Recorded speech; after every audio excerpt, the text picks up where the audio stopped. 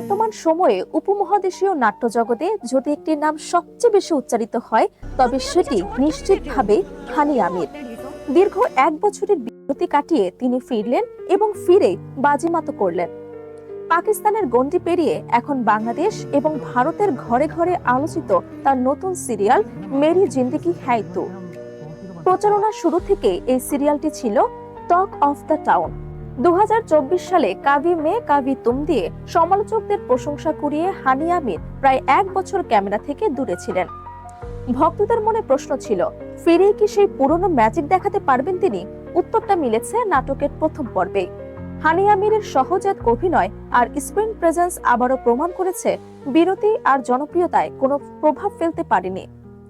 বিরতি ভেঙে এবং রাজকীয় প্রত্যাবর্তন ভক্তদের জন্য ছিল এক বড় উপহার।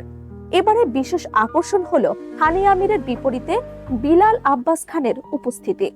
পর্দায় আয়েশা এবং কামিয়া চরিত্রে এই নতুন জুটির রসায়ন যেন আগুনের মতো ছড়িয়ে পড়েছে সামাজিক যোগাযোগ মাধ্যমে। তবে মুদ্রার উল্টো পিঠও আছে। যেখানে অভিনয় নিয়ে কোনো প্রশ্ন নেই, সেখানে গল্পের ধীরগতি নিয়ে কিছুটা বিরক্ত নেটিজেনরা।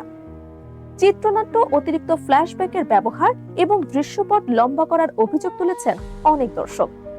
অনেকের মতে চিত্রনাট্য আরো একটু টান হলে এটি ইতিহাসের সেরা সিরিয়ালগুলোর একটি হতে পারত। তবে এই মিশ্র প্রতিক্রিয়া সত্ত্বেও ইউটিউব এবং টেলিভিশন রেটিংয়েও নাটকটি রয়েছে সবার শীর্ষে। বিনোদন মানে ভালোবাসা আর কিছুটা সমালোচনা।